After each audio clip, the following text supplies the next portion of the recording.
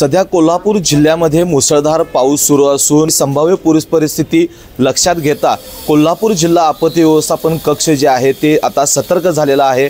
जिल्हा प्रशासनाबरोबरच आपत्ती व्यवस्थापनाचे अधिकारी जे आहेत, जवान आहेत, ते सतर्क झाले असून त्यांची यंत्रणा देखील सज्ज आहे। मात्र ही यंत्रणा कशा प्रकारे सज्ज आहे हे जाणण्यासाठी आपल्यासोबत आहेत जिल्हा आपत्ती व्यवस्थापन अधिकारी प्रसाद संकपाळ सर।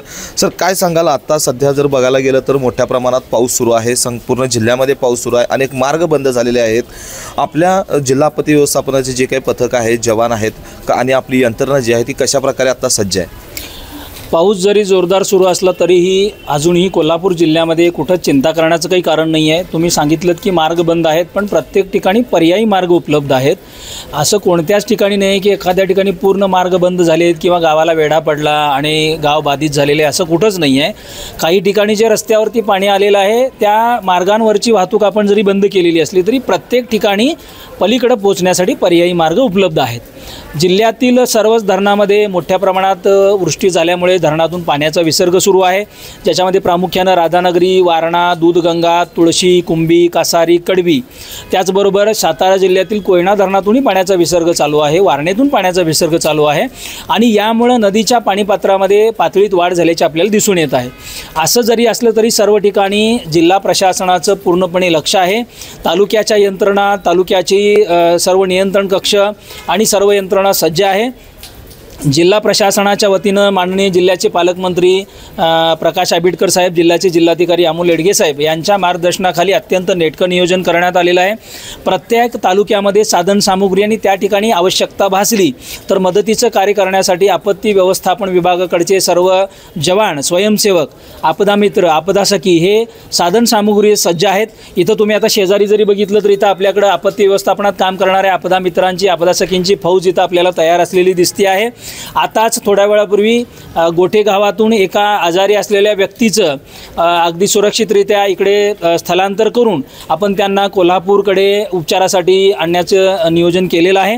त्या ठिकाणी आपल्या आपदा मित्रांनी बोटीच्या साहाय्याने त्यांना सुरक्षितरित्या पलीकडे आणलेलं आहे। सर्व ठिकाणी यंत्रणा सज्ज आहे। नागरिकांना मी आपल्या माध्यमातून आवाहन करू इच्छितो की कोणत्याही अफवांवरती विश्वास ठेवू नये।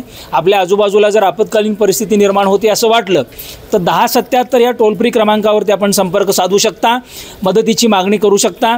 या व्यतिरिक्त 2659232, 2652950, 2652953, 2652954 या क्रमांकावरती आपण संपर्क साधू शकता, घडलेल्या घटनेची माहिती देऊ शकता आणि जर मदतीची आवश्यकता असेल तर मदतीची मागणी करू शकता। तर एकूणच आपण बघितलं की प्रसाद संकपाळ साहेब यांनी आपल्याला संपूर्ण असा आढावा, जो जिल्ह्याच्या पावसाचा आढावा आहे त्यांनी आपल्यासमोर मांडलेला आहे। जरी मुसळधार पाऊस सुरू असला, 4 दिवसांपासून मुसळधार जो पाऊस सुरू आहे, अनेक मार्गांवर जरी पाणी आलं असलं तरी पर्यायी मार्गाने वाहतूक व्यवस्था सुरू आहे। मात्र जिल्हा प्रशासनाचे जे काही अधिकारी असतील किंवा कक्ष असतील, आपत्ती व्यवस्थापन कक्ष असेल, हा संपूर्ण जो कक्ष आहे जिल्ह्यातील प्रत्येक गावागावांमध्ये ही यंत्रणा सज्ज राहिलेली आहे आणि संभाव्य पूर परिस्थितीला तोंड देण्यासाठी आम्ही सज्ज आहोत, अशा प्रकारच्या प्रतिक्रिया प्रसाद संकपाळ सरांनी आपल्यासमोर व्यक्त केलेल्या आहेत। व्हिडिओ जर्नलिस्ट सचिन वरेकरसह मी सद्दाम अली, KK न्यूज, कोल्हापूर। बाळ, फ्रीजमधून श्रीखंड काढ ना। आम्ही पूर्वी घरीच बनवायचो श्रीखंड, त्याची चवच वेगळी होती। आता काय सगळं रेडीमेड। आजी, हे श्रीखंड खाऊन बघ। आज तुझ्या आईनं घरीच बनवलं की काय?